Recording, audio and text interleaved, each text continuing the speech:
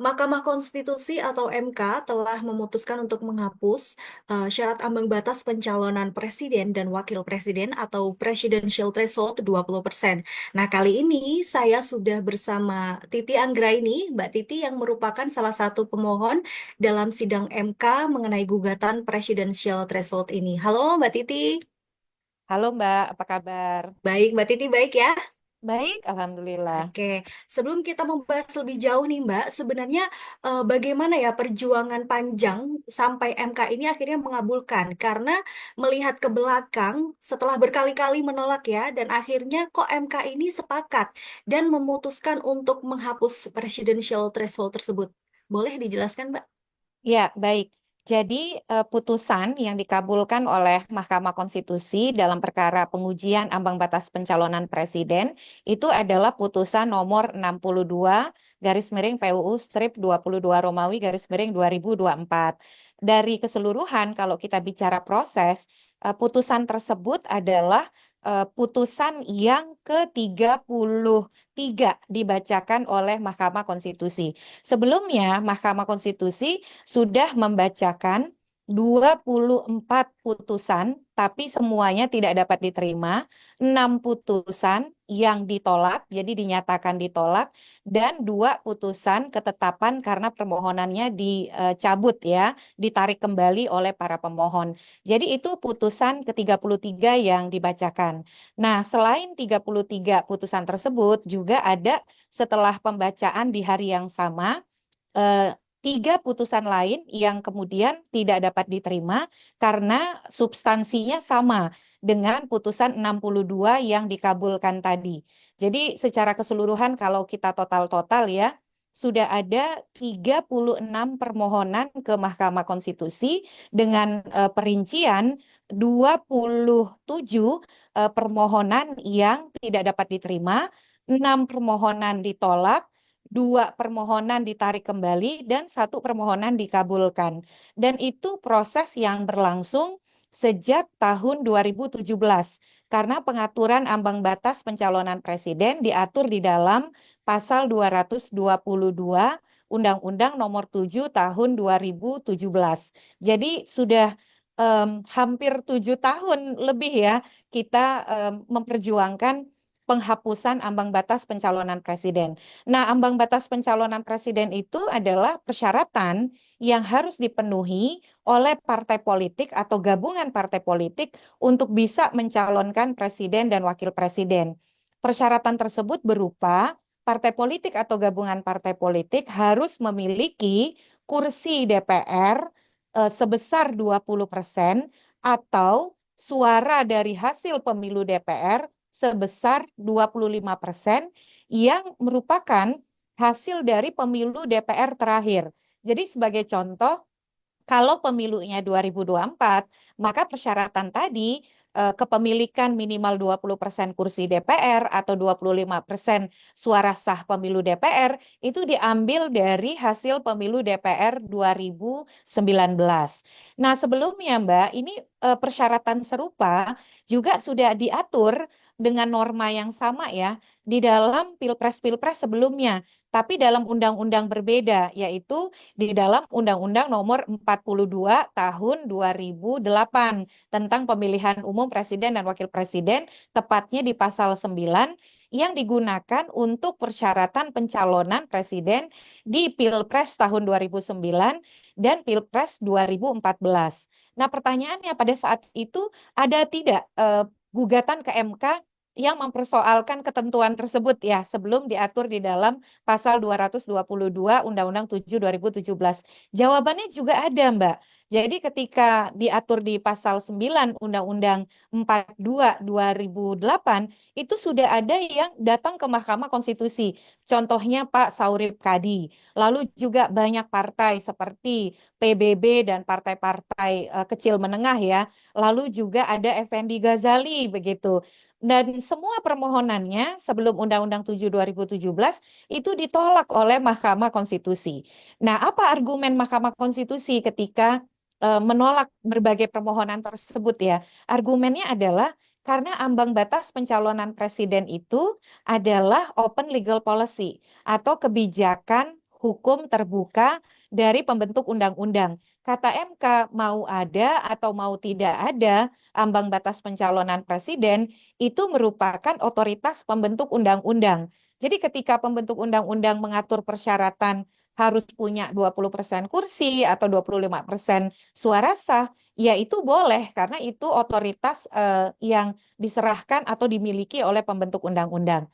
Nah, yang jadi pertanyaan adalah kenapa ya setelah 30 kali lebih ya MK menolak begitu, kok tiba-tiba MK mengabulkan. Nah, ternyata MK mengatakan boleh memang pembentuk undang-undang itu membuat kebijakan yang terbuka tadi ya atau open legal policy. Tapi ada syaratnya. Syaratnya adalah dia tidak boleh bertentangan dengan moralitas, tidak bertentangan dengan rasionalitas, lalu juga tidak mengandung ketidakadilan yang intolerable begitu atau ketidakadilan yang tidak dapat ditoleransi. Lalu juga tidak bertentangan dengan pemenuhan hak politik rakyat serta tidak bertentangan dengan kedaulatan rakyat. Intinya adalah tidak boleh mengandung nilai-nilai yang inkonstitusional begitu. Nah, ternyata setelah perjalanan penerapan ambang batas pencalonan presiden sejak Pilpres 2004, walaupun di Pilpres 2004 angkanya kecil ya, hanya 3% kursi atau 5% suara pemilu DPR, MK kemudian dengan memperhatikan penerapan ambang batas pencalonan presiden dan kondisi mutakhir Mahkamah bergeser pendiriannya karena Mahkamah menilai bahwa pemberlakuan ambang batas pencalonan presiden yang open legal policy itu sudah bertentangan dengan moralitas demokrasi, rasionalitas pengaturan, mengandung ketidakadilan yang intolerable, membatasi hak rakyat untuk memilih calon yang beragam, serta tidak sejalan dengan kedaulatan rakyat serta tujuan dari Pilpres langsung. Jadi beberapa argumen MK itu misalnya mengatakan ada kecenderungan bahwa ambang batas pencalonan presiden tersebut hanya menguntungkan partai-partai besar begitu ya. Dan ada kecenderungan untuk membangun dominasi serta membatasi adanya keragaman pilihan politik sehingga sejak beberapa pilpres terakhir calon di pilpresnya itu hanya ada dua. Dan bahkan di pilkada misalnya ada tren fenomena calon tunggal. Kata MK, kalau situasi ini dibiarkan terus, bukan tidak mungkin calon tunggal juga bisa terjadi di pemilu presiden begitu. Lalu juga ambang batas pencalonan presiden yang merujuk kepada hasil pemilu DPR yang lalu, bukan merujuk kepada kondisi kontemporer, itu merugikan hak-hak politik partai politik baru. Jadi kalau ada partai politik baru, dia kan tidak punya kursi, tidak punya suara dari hasil pemilu DPR karena dia partai politik baru. Maka oleh MK itu dianggap sebagai bentuk ketidakadilan yang mendiskriminasi partai-partai politik baru. Lalu juga ada pertimbangan bahwa di dalam negara-negara yang menerapkan sistem presidensial itu ternyata tidak ditemui kebijakan ambang batas pencalonan presiden seperti di Indonesia. Dia mengkomparasi misalnya dengan negara-negara dengan sistem presidensial di Amerika Latin, dengan Amerika Serikat, sehingga itu dianggap sebagai sebuah kebijakan yang rasionalitasnya tidak bisa dipertanggungjawabkan, kira-kira begitu ya. Dan akhirnya karena ada tadi ya pertimbangan-pertimbangan tadi, tujuan dari perubahan konstitusi yang penuh dengan semangat memperkuat kedaulatan rakyat, lalu juga memurnikan pemilihan langsung ya dengan memberikan keragaman pilihan politik itu dianggap telah tercederai. Oleh karena itu kata MK, MK itu lebih mengedepankan semangat untuk memenuhi hak politik rakyat dan kedaulatan rakyat di dalam menilai kembali keberadaan ambang batas pencalonan presiden ini. Nah, oleh karena itu MK dengan segala pertimbangannya mengatakan sudah cukup nih bagi MK alasan untuk mengevaluasi menilai konstitusionalitas ambang batas pencalonan presiden yang dulu kata MK merupakan open legal policy, ternyata open legal policy-nya melanggar moralitas politik dan demokrasi, melanggar rasionalitas, lalu mengandung ketidakadilan yang intolerable, serta bertentangan dengan pemenuhan hak politik rakyat ya, right to vote dan right to be candidate, dan termasuk juga tidak sejalan dengan semangat kedaulatan rakyat. Kira-kira begitu, Mbak. Sampai kemudian Mahkamah Konstitusi di putusannya yang ke-33 mengabulkan permohonan dari para pemohon yaitu 4 mahasiswa dari UIN Sunan Kalijaga Yogyakarta ya. Nah, bagaimana dengan permohonan saya yang saya ajukan bersama Pak Hadar Nafis Gumai, Direktur Eksekutif Yayasan Netgrid. Selain saya ada 3 permohonan lain yang dibacakan setelah putusan nomor 62 ya, yaitu perkara nomor 87 tahun 2024, perkara nomor 101 tahun 2024 itu perkaranya saya, dan yang terakhir perkara 129 tahun 2023. Nah, karena kata Mahkamah Konstitusi, substansi dan esensi permohonan 3 permohonan yang terakhir tadi disebut sama dengan semangat, substansi, dan esensi perkara pada permohonan 62, maka Mahkamah mengatakan tidak mungkin kan dinyatakan pasal yang kami gugat itu inkonstitusional berkali-kali sehingga permohonan kami menjadi kehilangan objek karena sudah dikabulkan melalui perkara nomor 62. Begitu, Mbak. Kalau Mbak Titi melihat bagaimana sih reaksi hingga tanggapan seperti apa yang akhirnya muncul nih setelah panjangnya proses itu dan MK memutuskan untuk menghapus presidensial threshold itu, Mbak? Iya, kalau kita baca putusan Mahkamah Konstitusi yang mengabulkan penghapusan ambang batas pencalonan presiden tadi ya, terus terang tidak ada argumentasi dari MK yang benar-benar baru. Hampir semua dalil-dalil yang dikemukakan MK itu juga pernah dikemukakan oleh para pemohon-pemohon sebelumnya. Saya sendiri misalnya bersama Pak Hadar Nafis Gumai sudah 3 kali menguji pasal 222 ke Mahkamah Konstitusi. Yang pertama itu tahun 2017, perkara nomor 71 tahun 2017. Lalu yang kedua tahun 2018, perkara nomor 49 tahun 2018. Dan yang terakhir yang tadi ya 101 tahun 2024. Logika berpikir MK itu juga yang kami gunakan sebenarnya. Tapi yang membedakan kenapa baru sekarang ya? Ternyata ini soal momentum. Ternyata ketika Mahkamah Konstitusi mencermati situasi ketatanegaraan kita, bagaimana implementasi pasal ambang batas yang semula adalah open legal policy dipraktikkan dalam pemilu-pemilu, ternyata tuh melanggar prinsip-prinsip yang harus dipatuhi ketika pembentuk undang-undang membuat kebijakan hukum terbuka atau open legal policy yang tadi sudah kita bahas begitu. Ya. Nah, itu yang kemudian kalau kita boleh baca ya argumentasi MK sebenarnya bisa dikatakan mereplikasi banyak argumen yang sudah disampaikan pemohon-pemohon sebelumnya. Bahkan MK juga tidak mengabaikan realitas itu. 30 lebih permohonan itu kata MK itu meyakinkan MK bahwa sudah cukup untuk kemudian tidak menilai konstitusionalitas open legal policy dan berubah pendirian. Jadi kalau boleh dibilang Mbak, ini sebenarnya buah atau hasil dari perjuangan kolektif. Kalau Ya. tidak ada 32 putusan yang mendahului putusan 62 ini sebagai putusan yang ke-33 ya, bisa jadi mahkamah tidak akan tergerak hatinya.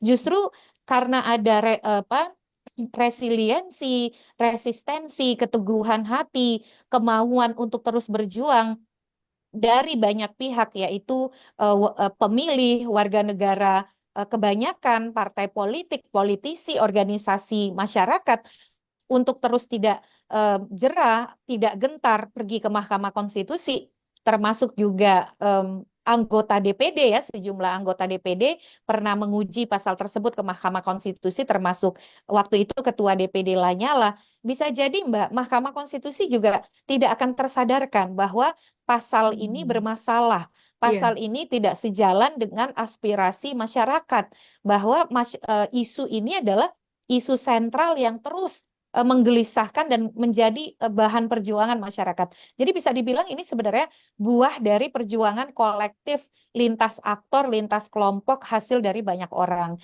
Nah, apa dampaknya?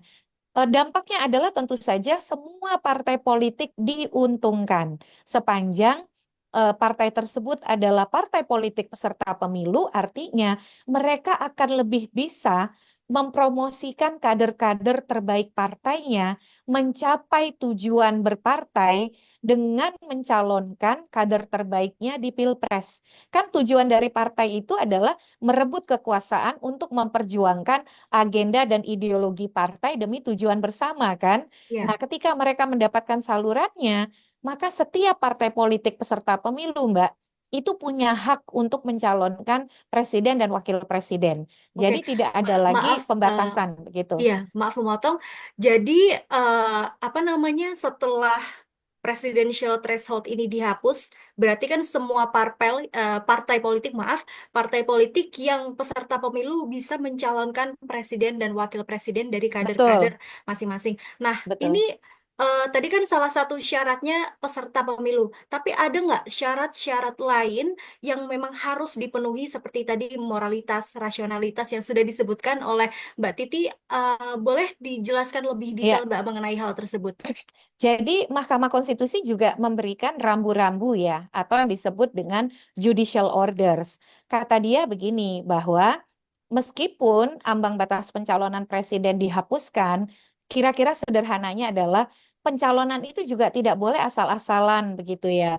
Nah, karena juga kita harus memperhatikan bahwa pemilih itu mendapatkan pilihan-pilihan terbaik yang juga menggambarkan keragaman pilihan politik. Jadi ada 5 rambu-rambu yang dibuat oleh Mahkamah Konstitusi. Jadi Mahkamah mengatakan pembentuk undang-undang itu bisa melakukan constitutional engineering atau rekayasa konstitusional dalam rangka memastikan bahwa sederhananya dalam Pilpres itu calon-calonnya bukan asal diusulkan, asal banyak begitu ya, tapi betul-betul menggambarkan ya proses yang baiklah, demokratis begitu. Nah, 5 syarat itu adalah pertama, setiap partai politik punya hak untuk mencalonkan presiden dan wakil presiden sesuai dengan konstitusi kita. Dia menjalankan haknya itu bisa sendiri-sendiri atau bisa bergabung. Pada intinya adalah kalau dia adalah partai politik peserta pemilu, dia boleh mencalonkan presiden dan wakil presiden. Yang kedua adalah tidak boleh ada penerapan syarat yang merujuk kepada ambang batas berupa perolehan suara atau kursi nih Mbak. Jadi kalau misalnya nanti anggota DPR bilang pembentuk undang-undang ya, ya sudah kalau gitu itu yang boleh mencalonkan hanya yang punya kursi di DPR saja. Nah, itu tidak boleh kata MK. Jadi sudah ditutup celah pintu penggunaan persyaratan berupa perolehan suara atau kursi sebagai syarat untuk pencalonan presiden dan wakil presiden.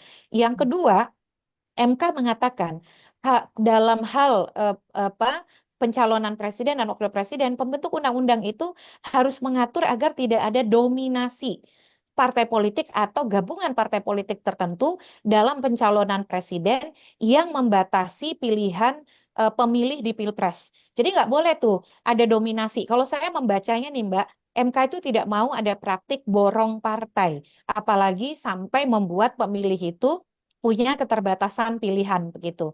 Nah, yang keempat, MK juga mengatur bahwa kalau ada partai politik yang tidak partai politik peserta pemilu yang tidak mencalonkan presiden dan wakil presiden, maka dia bisa dikenai sanksi dilarang menjadi peserta pemilu pada pemilu berikutnya. Jadi tidak boleh menjadi peserta pemilu di pemilu berikutnya. Dan yang terakhir, untuk mengatur, menerjemahkan apa constitutional engineering tadi, rekayasa konstitusional tadi kan harus dilakukan melalui revisi Undang-Undang Pemilu ya.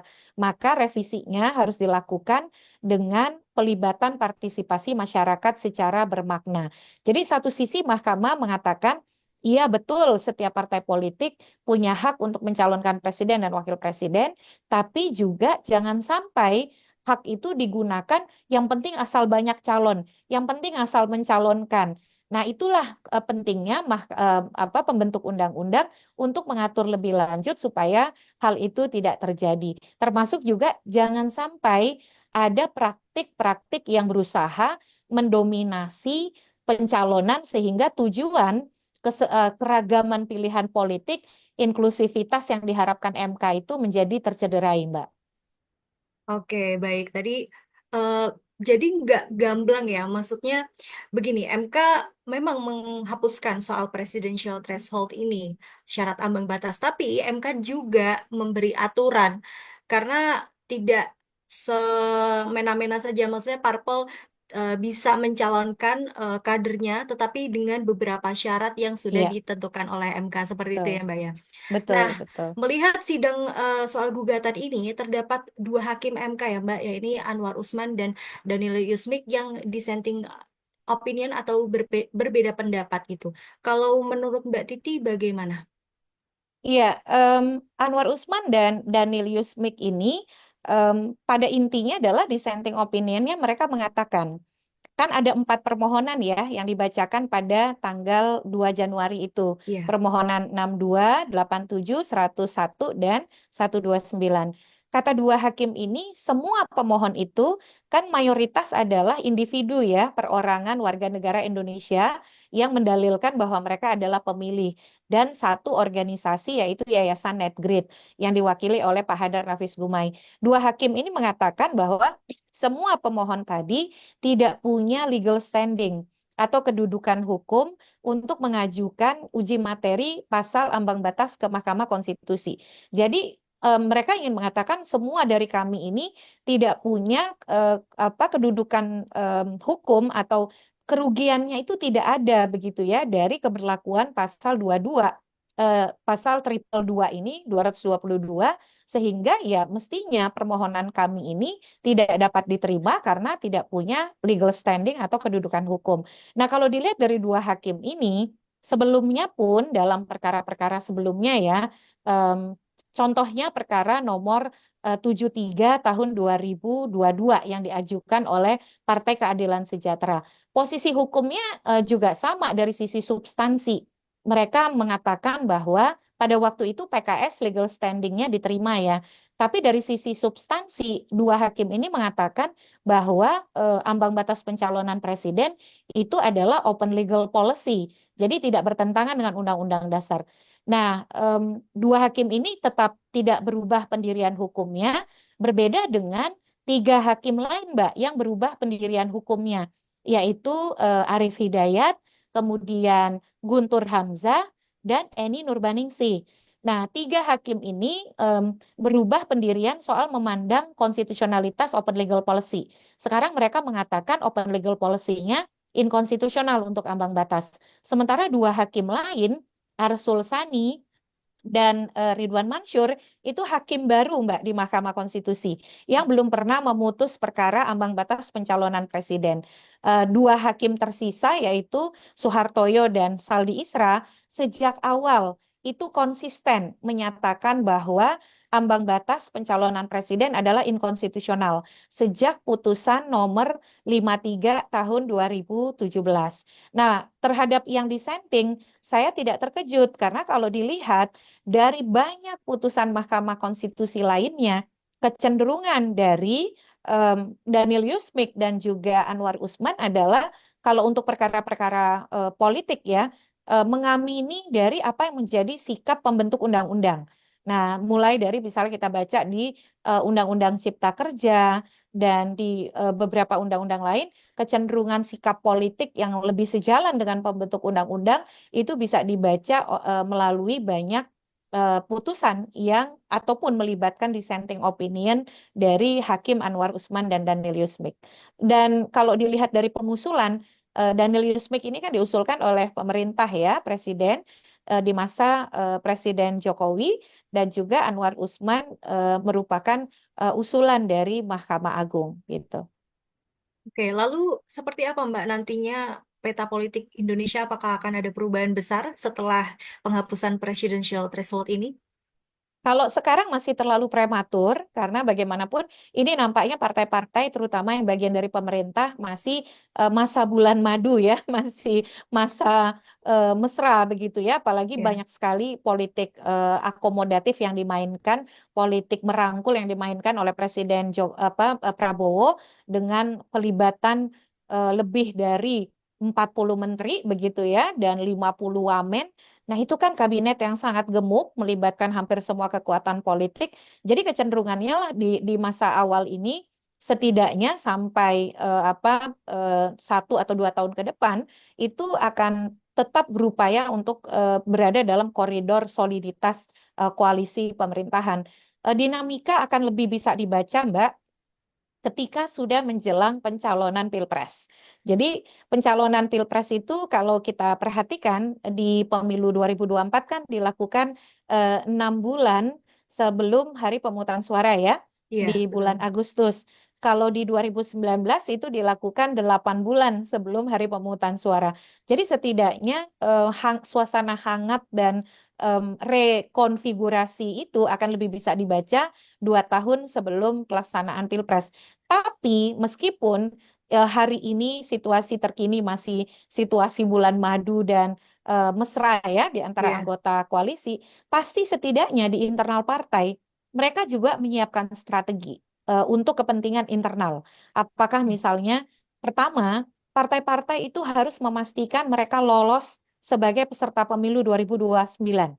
Karena untuk menjadi peserta pemilu 2029 kan mereka harus mendaftar kembali dan lolos verifikasi. Kalau mereka Betul. partai parlemen, mereka cukup mendaftar dan lolos verifikasi administrasi. Kalau mereka partai non-parlemen, mereka harus mendaftar, lolos verifikasi administrasi, dan verifikasi faktual. Verifikasi faktual itu berat sekali, Mbak. Jadi Iya. susah untuk lolos. Makanya partai-partai anggota koalisi Prabowo di pemerintahan yang tidak punya kursi di DPR, misalnya siapa? Misalnya seperti Partai Gelora, begitu ya, lalu juga PSI, eh, lalu Partai Garuda, misalnya, itu harus bekerja keras karena mereka belum tentu bisa menjadi partai politik peserta pemilu 2029 karena mereka harus kembali diverifikasi faktual. Jadi situasi hari ini adalah sebenarnya momentum bagi partai politik untuk mengokohkan konsolidasi kelembagaan partai, konsolidasi internal untuk bersiap agar mesin politik benar-benar secara struktural dan keanggotaan siap untuk menjelang verifikasi 2029 supaya bisa dapat tiket menjadi peserta pemilu dan mengusung capres. Dan yang kedua adalah menyiapkan kader-kader terbaik yang bisa diterima oleh rakyat. Karena kalau mereka punya kader terbaik yang bisa diterima oleh rakyat, itu juga akan apa istilahnya mengkerek ya atau mengkatrol, meningkatkan, mengupgrade mereka punya citra untuk pemilu legislatif, pemilu presiden. Keuntungannya pemilu serentak adalah ketika mereka mengusung calon presiden yang disukai oleh pemilih, maka pemilih juga akan cenderung memilih partai politik yang mencalonkan si calon presiden tersebut. Nah, jadi ini juga jadi tantangan bagi partai. Nah, sementara kalau memang partai tidak punya kader terbaik, mereka mungkin akan memilih strategi merapat ke pasangan calon yang lebih punya elektabilitas yang diusung oleh partai lain dan bergabung dalam koalisi pencalonan untuk kepentingan insentif membentuk koalisi pemerintahan sehingga mereka bisa menjadi bagian dari kabinet dan mendapatkan kursi menteri atau posisi-posisi strategis di pemerintahan begitu Mbak, walaupun mereka tidak punya capres atau cawapres dari kader partai mereka sendiri. Oke, Mbak. Ini yang terakhir nih, tentu hal-hal yang kita obrolkan dari tadi yang sudah Mbak Titi jelaskan mengenai hal-hal positif ke depannya, bagaimana nanti partai politik sebagai peserta pemilu dan lain sebagainya. Kalau membahas soal sisi negatifnya nih, kira-kira seperti apa Mbak melihat sisi negatif dari penghapusan presidential threshold ini? Iya, kalau dari sisi insentif tentu lebih banyak manfaatnya ya bagi partai ataupun bagi publik. Tapi ini kalau tidak diikuti oleh eh, partai yang berbenah dan juga keseriusan untuk melakukan demokrasi di internal partai atau demokratisasi internal partai, em, akses yang dibuka lebar oleh Mahkamah Konstitusi atau bahasa Mahkamah Konstitusi katup yang dibuka ya oleh Mahkamah Konstitusi ini hanya akan menjadi sarana em, apa bancakan elit begitu. Karena selama ini pencalonan presiden wakil presiden itu kan cenderung hanya diputuskan oleh segelintir elit di partai politik. Nah, jangan sampai kemudian tiket yang diberikan oleh MK ini dimanfaatkan sebagai objek transaksi partai politik. atau kemudian sekedar menjadi penyaluran segelintir elit di partai politik yang sama sekali tidak memenuhi menggambarkan esensi putusan MK yang meminta proses yang inklusif, yang meminta bisa dikatakan calon-calon itu menggambarkan apa yang menjadi aspirasi dari konstituen kan atau apa istilahnya anggota partai lah. Mestinya tuh putusan MK ini disikapi dengan mekanisme pencalonan yang inklusif juga di internal partai. Apakah misalnya calon itu dihasilkan dari proses pemilihan di internal model seperti pemilihan pendahuluan atau primary election, apakah dia berupa konvensi, musyawarah anggota secara berjenjang, atau musyawarah pengurus secara berjenjang ya. Sehingga keputusan yang dibuat untuk mencalonkan kandidat itu adalah keputusan yang demokratis, yang inklusif, yang menggambarkan aspirasi anggota dan pengurus partai, bukan sekedar apa maunya ketum. Nah, kalau sekedar apa maunya ketum, maka putusan MK ini rentan disalahgunakan untuk sekedar apa memenuhi kepentingan elit dan bahkan jangan-jangan bisa dibajak oleh mereka yang sekedar mencari kekuasaan tanpa kemudian punya apa namanya komitmen pada pembangunan demokrasi dan pelayanan publik yang baik gitu, Mbak. Oke, obrolan kita hari ini sangat menarik ya Mbak Titi. Tadi kita juga sudah mengobrolkan soal perjalanan panjang perjuangan dari berbagai pihak terkait gugatan presidensial threshold atau syarat ambang batas ini yang artinya seluruh partai politik peserta pemilu bisa mencalonkan eh, presiden dan wakil presiden dari kadernya masing-masing. Dan kemudian tadi juga sudah disebutkan soal open legal policy yang akhirnya MK ini yang menjadikan MK ini memutuskan akhirnya untuk menghapus gugatan presidential threshold ini. Terima kasih Mbak Titi atas waktunya. Sampai jumpa di obrolan kita selanjutnya. Terima kasih. Terima kasih.